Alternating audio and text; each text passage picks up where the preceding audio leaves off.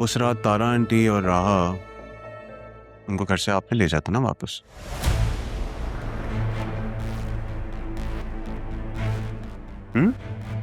हमें तो कुछ और कहानी सुनाई थी आपने। क्या कहानी सुनाई थी? आपने उनको धक्के मार के घर से बाहर निकाला।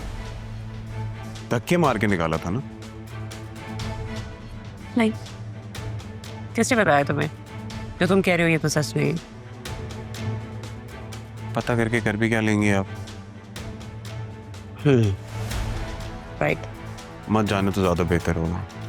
बल्कि ये सोचें कि अगर चाचू को पता लग गया तो उन्हें अच्छा नहीं लगेगा।